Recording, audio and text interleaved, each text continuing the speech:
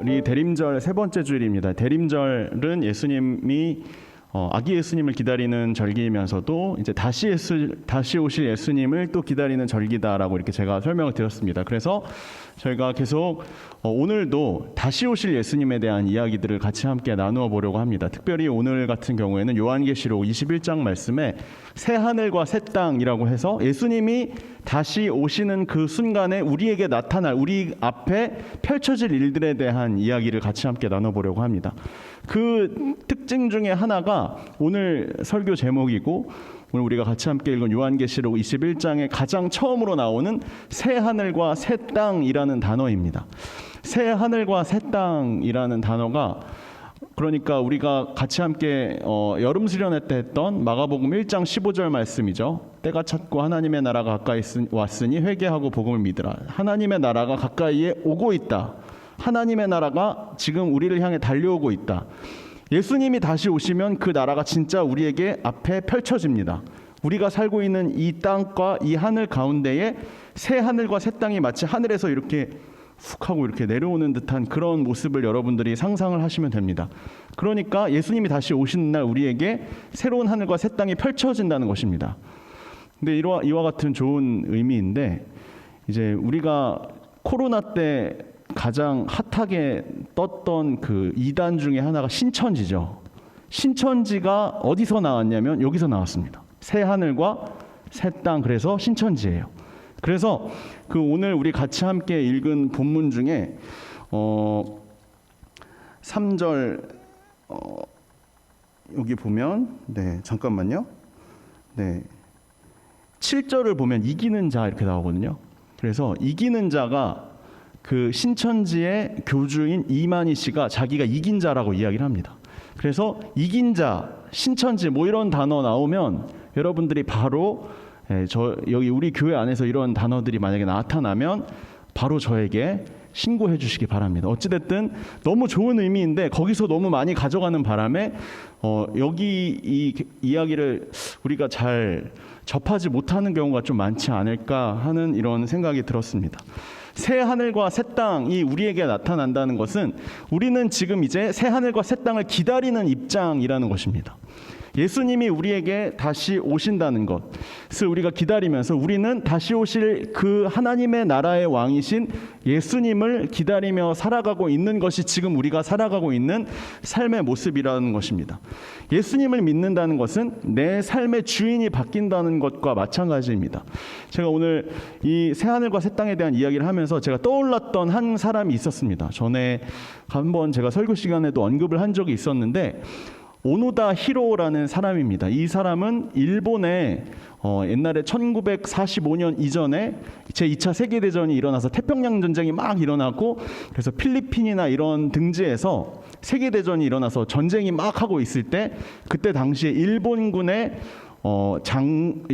장군 중에 한 사람이었습니다. 오노다 히로라는 사람. 그런데 우리가 잘 알다시피 1945년 8월 15일 이후에 일본과 비롯한 그 나라들이 다 패망을 했죠. 그리고 미국에 의해서 패망을 하고, 자 이제 일본군은 다 이렇게 자신의 나라로 귀국을 하게 되었습니다. 그 당시에 태평양 전쟁을 할 때 필리핀 주변에서 전쟁을 하던 이 오노다 히로라는 장군 또한 전쟁을 막 하고 있는데, 자기 나라 일본이 지금 전쟁에서 졌다는 것을 모르는 거예요.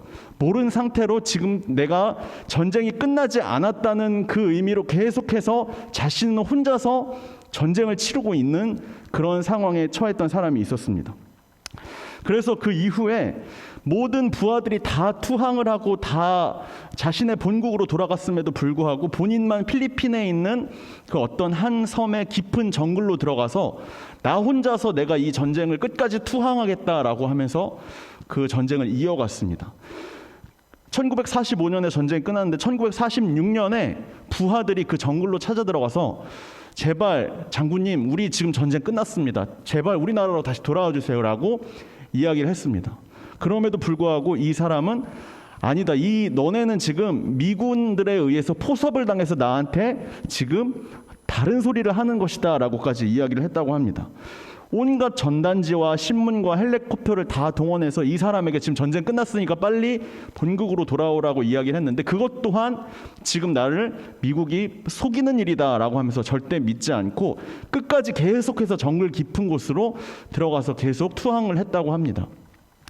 그 가운데서 막 그 필리핀 그 동네에 살고 있던 경찰이라든지 아니면 그곳에 살고 있던 민간인들을 약 30명이나 살해를 하고 끝까지 자기가 나는 지금 전쟁 중이다라고 혼자서 전쟁을 계속했습니다. 결국에는 1974년에 그 오노다 히로라는 사람의 직속 상관이었던 그 다른 장군이 그 오노다 히로를 직접 그 정글 속으로 찾아가서 전쟁 끝났으니까 지금 내가 너에게 투항 명령서를 내니 투항해라 라고 명령하는 그 명령을 내리자 그제서야 자신이 이제는 전쟁을 끝나겠다, 투항하겠다라고 하고 일본으로 돌아왔다고 합니다. 그때 당시에 투항을 하면서 일본으로 돌아오던 당시의 사진이 있어요. 한번 보여주시겠어요? 네, 끝까지 뭐 하고 계세요? 경례하고 있습니다. 나는 지금 내가 지금까지 약 20년 동안 이처럼 투항한 것에 대해서 자랑스러워하는 거예요. 나는 군인 정신을 지켰다. 그래서 지금도 아직도 일본에서 그 옛날의 군국주의와 그 당시에 어떤 일본의 커다란 힘을 보여줄 때 이와 같은 오노다 히로라는 사람이 가지고 있었던 그 군인 정신을 아직도 이렇게 미화하는 사람들이 많다고 합니다. 여러분, 이 이야기를 들었을 때 어떤 생각이 드세요? 이 오노다 히로라는 사람, 와 대단해, 정말 멋져 라고 이렇게 생각이 드세요? 우리가 이 사람의 이야기를 들을 때는 그냥 이렇게 생각이 듭니다. 시대착오적인 사람이다. 지금 어떤 식으로 우리 주변이 살고 있는 주변이 어떻게 변화되었는지에 대해서 하나도 인식하고 인지하지 못하고 살아가는, 그냥 지금 내가 어떤 나라에 살고 있는지 알지 못하는 사람이다 라고밖에 우리는 그렇게 생각하지 못할 것입니다. 제가 이 이야기를 들으면서 우리가 지금 내가 살아가고 있는 상황도 이 오노다 히로와 매우 비슷하지 않을까 하는 생각이 들었습니다. 지금 우리가 살아가고 있는 세상은 어떻게 보면 하나님의 나라가 아닙니다. 왜냐하면 이 땅 가운데 예수님이 계시지 않기 때문입니다. 예수님이 계시지 않는 이와 같은 죄와 죽음의 상태에 놓여있는 이 나라가 계속되어서 결코 망하지 않는다고 착각하는 것이 지금 우리의 생각이지 않을까 하는 생각입니다. 내가 지금 예수님을 믿고 예수님을 신앙하고 예수님 안에 속한 사람이라면 이제 내가 살고 있는 세상은 이제 바뀐 겁니다. 내 신분이 바뀐 겁니다. 나는 이제 더 이상 오노다 히로처럼 패잔병이 아니라 예수님이 왕이신 하나님 나라의 그 승리를 한 승전국에 속한 사람이다 라고 이렇게 생각하고 살아가는 것이 예수님을 기다리는, 우리의 왕이신 예수님을 믿고 살아가는 사람들의 모습이라는 겁니다. 예수를 믿었기 때문에 이제 우리는 더 이상 죄와 죽음으로 이 언젠가는 다 멸망해버릴 이 땅 가운데 속한 나라의 사람이 아니라 다시 오실 예수님, 다시 오실 새하늘과 새 땅에 속한 하나님의 나라의 승리한 백성이라고 믿으며 살아가는 것이 이 땅 가운데에서 살아가고 있는 하나님의 나라의 백성이 살아가야 할 삶이라는 것입니다. 그렇기 때문에 신앙생활이란 이제 내가 주변에 살고 있는 그 모습에서 사람들이 막 나에게 이야기하죠. 성공을 하려면, 이 세상에서 무언가를 얻어내려면 이렇게 해야 한다라고 말하는, 소위 말하는 공중권세 잡은 자들, 이 세상을 지배하고 있는 사람들의 이야기를, 그들 권력들의 이야기를 듣는 것이 아니라 내가 이제 하나님 나라의 백성이니까 하나님의 말씀을 듣고 순종하는 사람으로 바뀌어가는, 하나님의 나라의 하나님 아들의 나라로 속한 사람으로 바뀌는 삶을 살아가는 것이 하나님 나라에 속한 사람의 삶이라는 것입니다. 제가 어느 날 뉴스를 보다가 우리나라 대한민국의 여권이 얼마나 능력이 있는 여권인지에 대해서 깨닫게 됐습니다. 제가 보니까요, 우리나라 여권이 여권 암 시장에서 1,000만 원 정도나 되는 값으로 팔리고 있다는 겁니다. 그러니까 다른 나라 사람 중에 예를 들어 대한민국 여권을 가지고 싶은 사람은 1,000만 원을 줘야 그 암 시장에서 대한민국 여권을 살 수 있다는 거예요. 그리고 여러분, 제가 살짝 국뽕에 취해서 말씀을 드릴 수도 있는데 이 사진을 한번 봤으면 좋겠습니다. 네, 이게 어디냐면요, 영국에 있는 런던의 히드로 공항에서 나오는 이런 사진이래요. 제가 직접 본 게 아니고 저도 뉴스를 통해서 봤기 때문에. 이게 어떤 뜻이냐면요, 맨 위칸에, 여기 영국이잖아요, 런던이에요. 런던에서 그 출입국 관리소에서 여권 검사를 할 때 프리패스를 할 수 있는 나라의 명단입니다. 그래서 맨 왼쪽에 UK는 영국이죠. 영국 사람들 자신의 나라니까 당연히 출입국 관리할 때 프리패스예요. 자, 그 다음에 이제 국기들이 막 있잖아요, 그렇죠? 그 중에 어느 나라도 있어요? 놀랍게도 우리나라가 있습니다. 그러니까 우리나라 여권을 가지고 있으면 영국의 런던에 만약에 우리가 여행을 가서 히드로 공항에서 출입국 관리를 해야 될 때 거기서는 여권만 보여주면 그다지 뭐 까다로운 질문들, 뭐 너 어디서 왔어? 너 우리나라에서 혹시 숨어서 막 일하고 막 이럴 거 아니야? 이런 까다로운 질문들, 뭐 영어로 하겠지만 당연히 이런 질문들에 대해서 굳이 어렵게 답할 필요가 없이 대한민국 여권 가세요. 네, 프리패스. 이런 식으로 진행이 된다는 겁니다. 그러니까 여러분들이 우리나라 여권을 가지고 다른 나라에 갔을 때 굉장히 생각보다 대접을 많이 받는다라고 이렇게 생각을 하시면 됩니다. 우리가 알다시피 막 K-팝이 전세적으로 막 유행이잖아요. 그러니까 우리나라에 오고 싶어하는 사람들도 굉장히 많다고 그래요. 그리고 우리나라에 유학 오고 싶어하는 학생들도 많고, 그래서 선교지에 나가면 우리가 옛날에는 안 그랬는데 10년 전, 20년 전까지만 해도 안 그랬는데 선교지에 우리나라 사람들이 가서 이렇게 선교 활동을 하면 한국 사람이라는 이유로 굉장히 막 이렇게 우와 한국 사람이다, 우와 뭐 우리를 마치 K-팝 스타인 것처럼 이렇게 우러러 보는 그런 느낌들이 많이 있다고 합니다. 그러니까 우리나라의 위상이 많이 높아졌다는 거죠.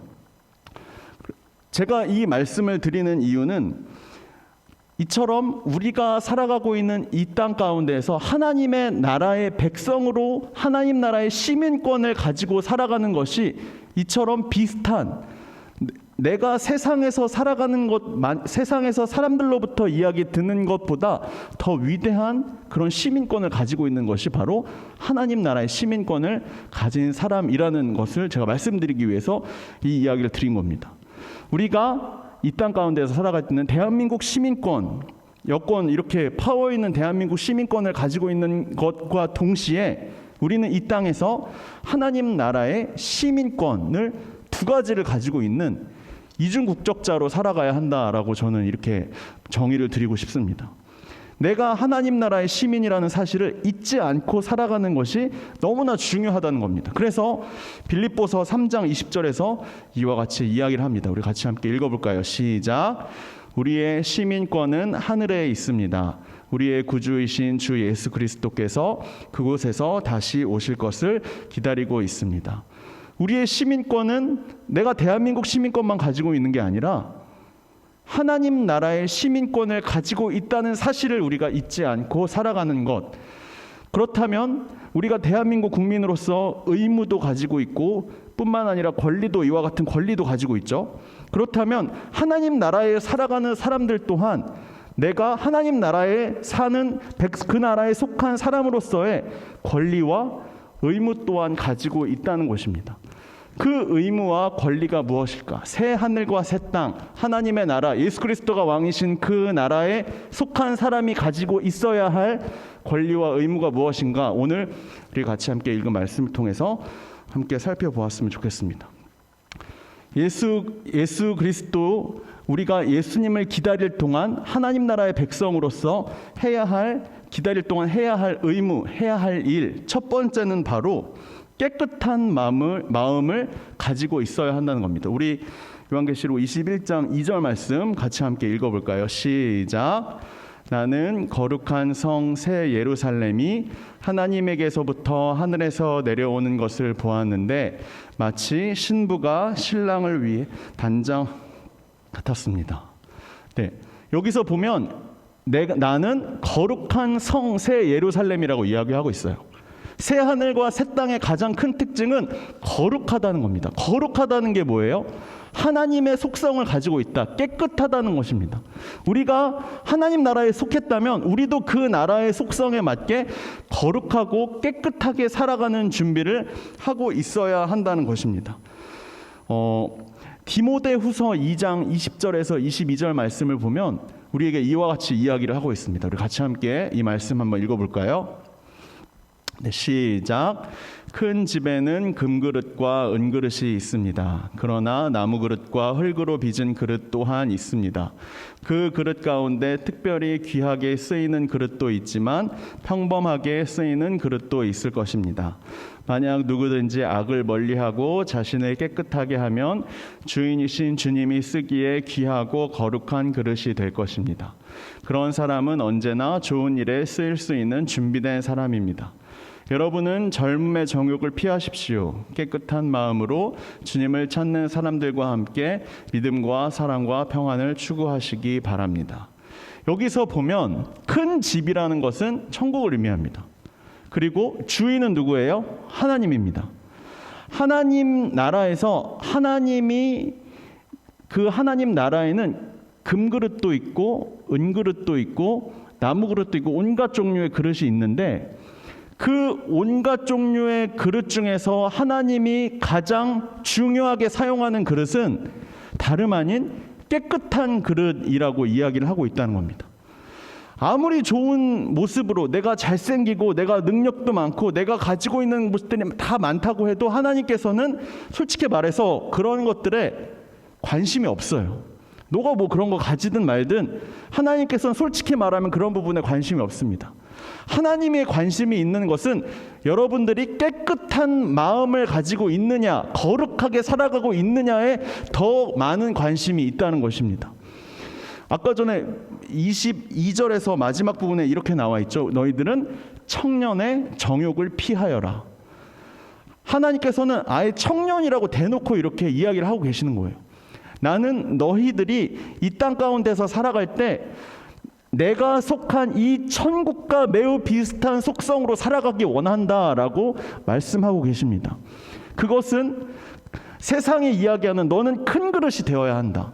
너는 금그릇이 되어야 된다. 은그릇이 되어야 된다. 삐까뻔쩍하고 잘생기고 멋지고 능력도 많은 그러한 모습으로 살아가야 너희는 성공할 수 있다라고 이야기하는 공중권세 잡은 자들이 이야기하는 것과 전혀 다른 형식으로 나는 사실 그거 관심 없는데 나는 너희들이 얼마나 깨끗한지에 더 관심이 많아 라고 하나님께서 이야기하고 계신다는 것입니다. 그렇기 때문에 아까 이야기했죠.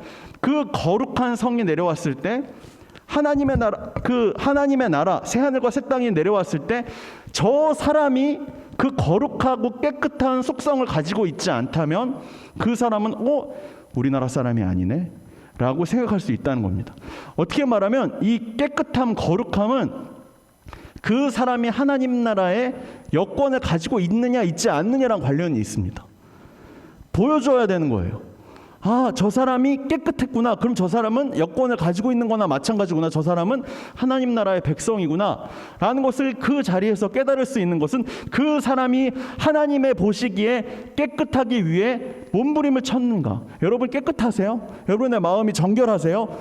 청년의 정욕을 피하고 내가 청년의 정욕을 다 피할 수 있어요? 솔직히 말해서 우리 힘으로는 못하잖아요. 그렇죠? 못합니다. 사실 하나님 기준에서 깨끗한 사람은 저 포함 여기에서 한 명도 없습니다. 제가 제일 깨끗해 보이세요? 아닐걸요? 이 중에서 저보다 훨씬 깨끗한 사람 있을걸요? 하나님이 보시기에는 여러분 도찐 개찐이에요.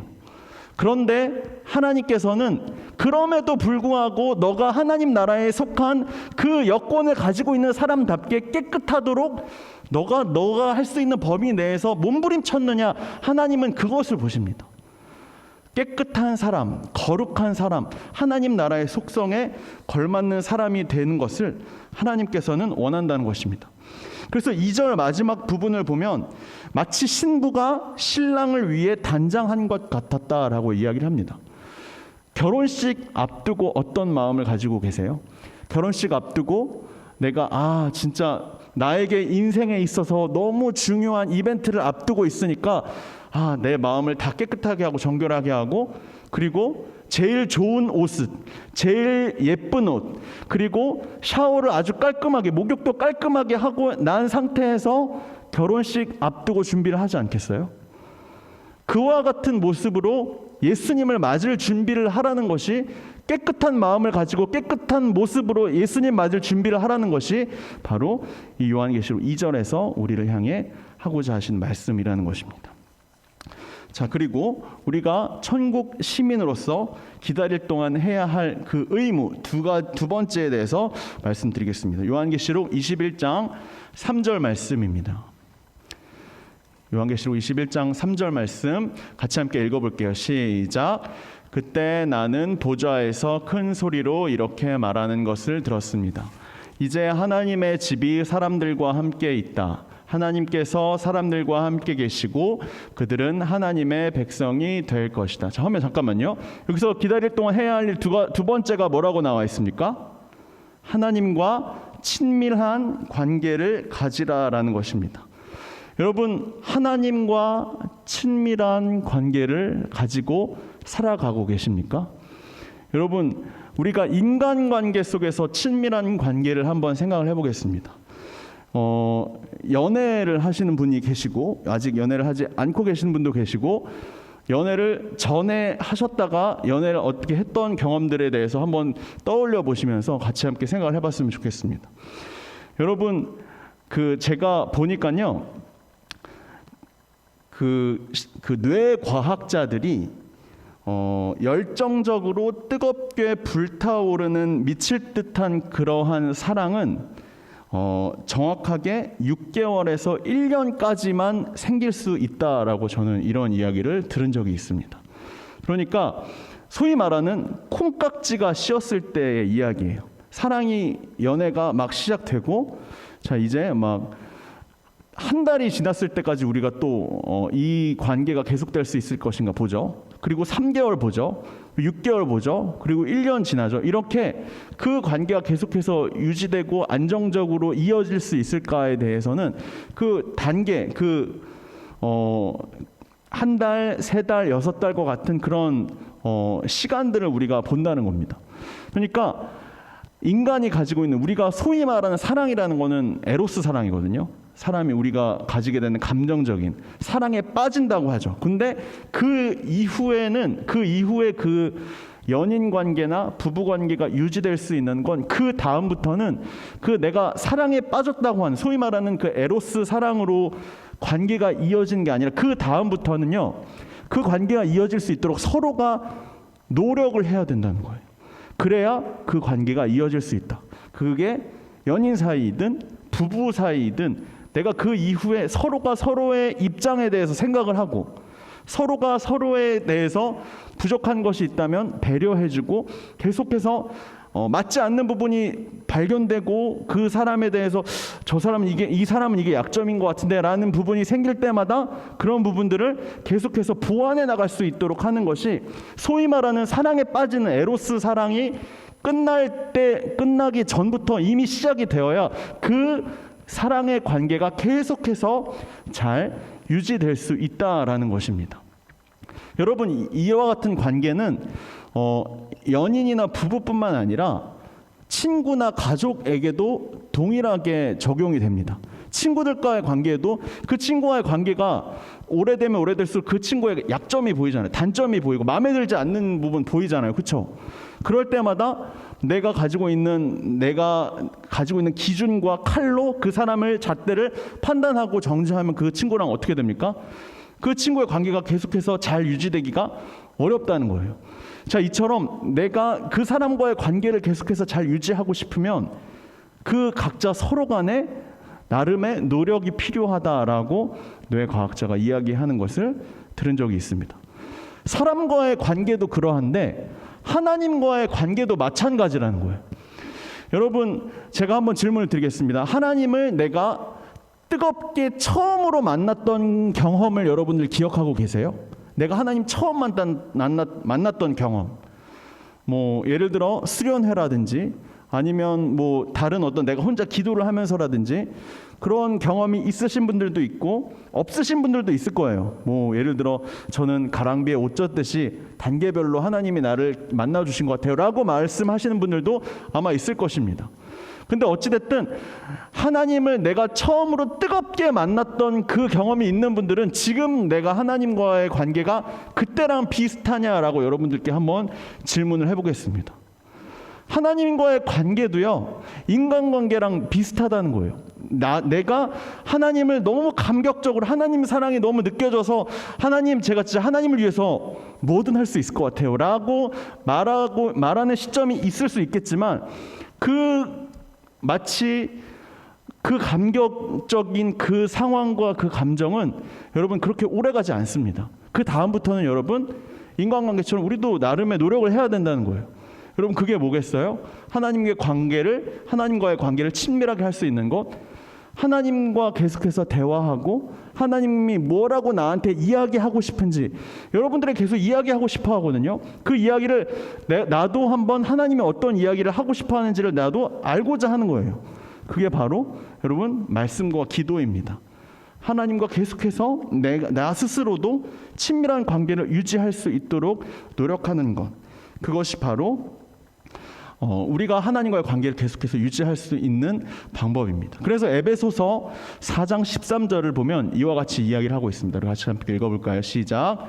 우리 모두가 하나님의 아들을 믿는 일과 아는 일에 하나가 되고 온전한 사람이 되어서 그리스도의 충만하심의 경지에까지 다다르게 됩니다. 하나님의 아들을 믿는 일과 아는 일에 하나가 될 수 있도록 내가 무언가 계속해서 액션을 취하는 것, 그것이 예수님을 기다리는 동안 우리가 하나님과의 관계를 계속해서 친밀하게 유지할 수 있는 가장 좋은 방법입니다. 그렇다면 예수님을 기다릴 동안 우리가 해야 할 의무 두 가지 제가 이야기를 드렸죠. 첫 번째로 하나님과 관계를 친밀하게 유지해야 하고 깨끗한 마음을 가져야 한다.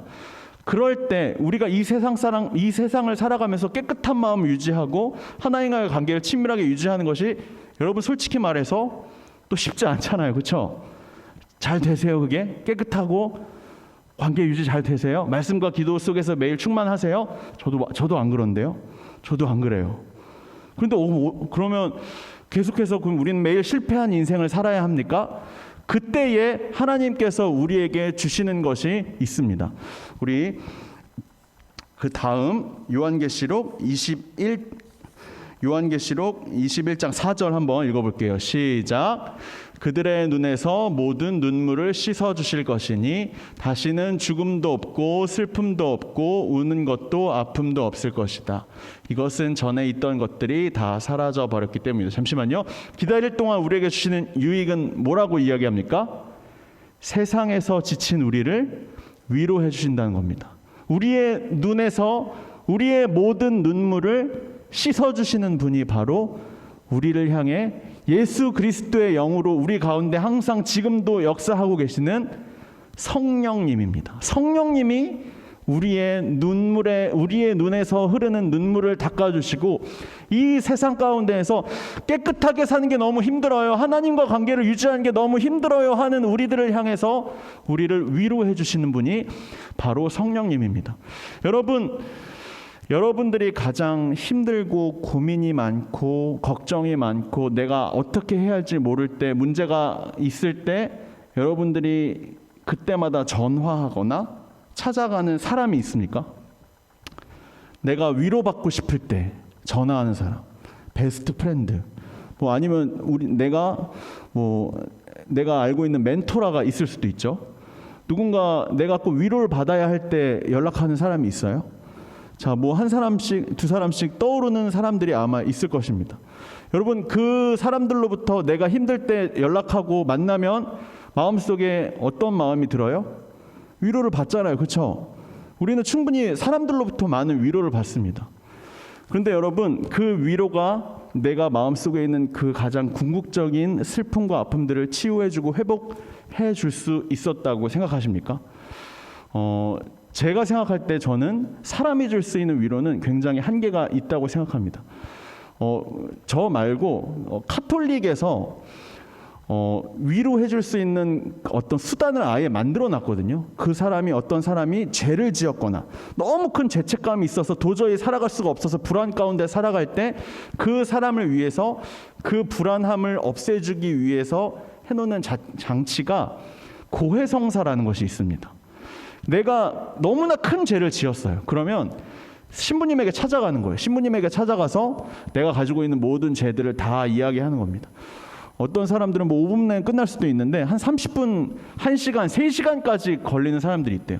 그래서 다 이야기하면 그때 사실은 신부님이 그 이야기를 듣고 그 고민을 이렇게 풀어주고 해결해 줄 때도 있고요. 아니면 그 사람이 그 내가 가지고 있는 고민이나 죄악들을 다 이야기하면서 자기 혼자 스스로 위로되고 회복되는 경우도 있어요. 근데 여러분 반대로 생각하면 신부님들이 사람들이 때마다 찾아가고 자기가 지은 죄들을 막 30분, 1시간, 3시간씩 계속해서 들어준다고 한번 생각해 보세요. 여러분 그 신부님들은 어떨까요? 신부님들은요 한 3년 정도 사역을 하면 그 다음에 1년 동안은 리트릿, 피정이라고 그래서 아예 사역에서 배제가 되고 쉬러 어딘가로 이렇게 멀리 떠난다고 합니다. 너무 좋은 제도 같아요. 우리도 했으면 좋겠어요. 죄송하고요. 그런데 어찌됐든 이렇게 3년 동안 다른 사람이 지은 막 살인죄부터 시작해서 온갖 잔인하고 그리고 음란하고 더럽고 추악한 모든 죄들을 내가 계속해서 들어야 하는데 그 사람의 입장은 어떻겠습니까? 위로해 줄 마음이 생기겠어요? 절대 여러분 사람은요 인간이 가지고 있는 그 아픔과 슬픔들을 100% 온전하게 위로해 줄 수가 없습니다.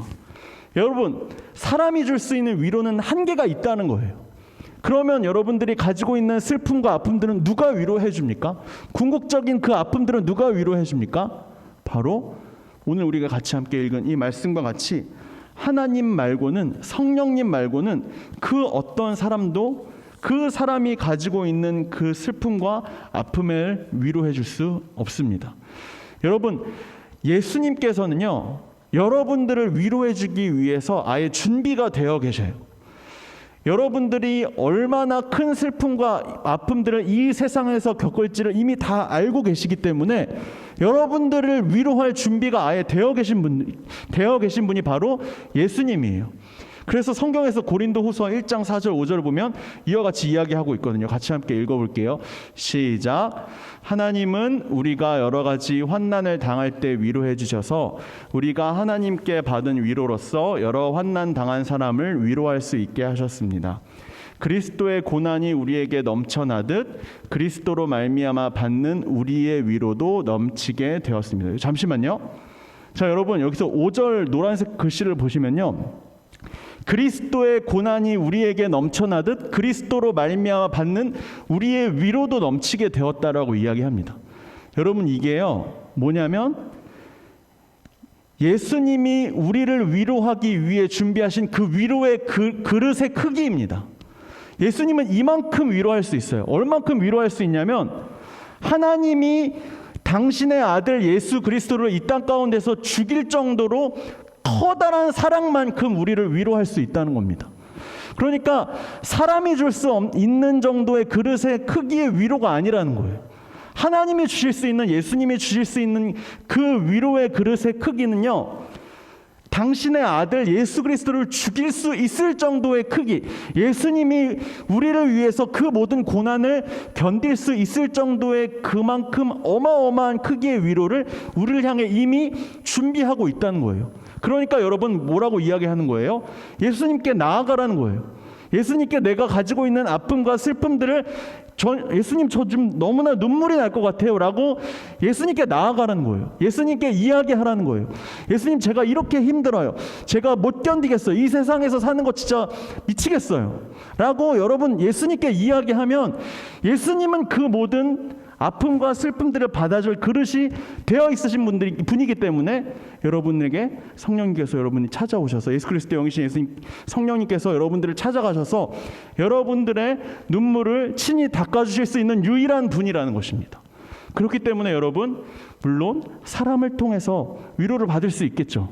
그런데 우리의 눈물을 닦아주실 수 있는 유일한 분, 우리의 아픔과 고통과 슬픔, 이 세상 속에서 깨끗하게 살기 너무 힘들어요, 하나님과의 관계를 친밀하게 하기 너무나 어려워요 라고 한다면, 그때 우리가 성령님께 나아갔을 때, 예수님께 나아갔을 때 우리의 그 아픔과 슬픔과 고통을 다 위로해 주시고 우리의 눈물을 닦아주실 수 있는 분이 바로 우리 하나님이시라는 것을 우리가 믿으라는 것입니다. 결론입니다. 우리가 살아가면서 잊지 않아야 할 것이 있습니다. 여러분, 나는 어느 나라의 백성입니까? 이 세상 나라의 백성입니까? 이 세상 나라의 식민지로서, 내가 노예로서 아직도 그 식민지 백성으로 살아가고 있지 않습니까? 여러분, 내가 자유로운 것처럼 보이죠? 그러나 여러분, 식민지로 살아가는 백성이 자유로운지 아세요? 절대 그렇지 않습니다. 여러분, 우리가 이 세상의 법과 규칙을 따라서 내가 이 공중권세 잡은 사탄의 권세로부터 내가 아직도 자유하지 않다면 여러분, 아직도 거기에 식민지 백성으로 살아가고 있는 것입니다. 여러분, 참된 자유는 하나님의 나라에 속해 있는 하나님 나라의 백성으로 살아갈 때에만 가능하다는 것을 여러분들이 믿었으면 좋겠습니다. 여러분, 내 신분, 지금 내가 속해 있는 나라는 어느 나라인가? 여러분, 하나님 나라의 백성이라는 사실을 여러분들이 결코 잊지 않았으면 좋겠습니다. 우리가 하나님 나라의 백성으로 내가 깨끗함과 하나님과의 관계를 늘 가깝게 유지하며 살아갈 때, 마지막 날 새 하늘과 새 땅, 즉 하나님의 나라가 임할 때 우리가 하나님 나라의 시민이라는 그 여권, 깨끗함과 하나님과의 가까운 그 관계, 내가 예수님께 다시 이 나의 여권을 보여드릴 때 여러분, 너는 내가 선택하고 구원한 바로 그 하나님 나라의 백성이구나 라는 것을 예수님께서 아시고 기뻐하실 줄을 믿습니다. 여러분, 우리가 이 시간 같이 함께 이 찬양을 함께 불렀으면 좋겠습니다. 우리는 하나님 나라의 백성입니다. 하나님 나라의 백성, 의무가 있습니다. 깨끗해지는 것, 이 세상과 같지 않고 깨끗하게 살아가는 것, 그리고 이 하나님의 나라의 왕이신 예수님과 늘 친밀한 관계를 유지하는 것, 쉽지 않습니다. 여러분, 세금 내는 것보다 쉽지 않습니다. 이게 그러나 우리에게, 하나님이 우리에게 주신 의무입니다. 그때 하나님께서 우리에게 권리를 주십니다. 가장 좋은 것, 이 세상에서 살아갈 수 없을 슬픔과 아픔 가운데 우리 가운데 있을 때 외면하지 않으시고 우리의 눈물을 닦아주시고 위로해 주신다는 사실입니다. 여러분, 이 찬양 우리가 같이 함께 이 말씀 기억하면서 이 찬양 함께 불렀으면 좋겠습니다.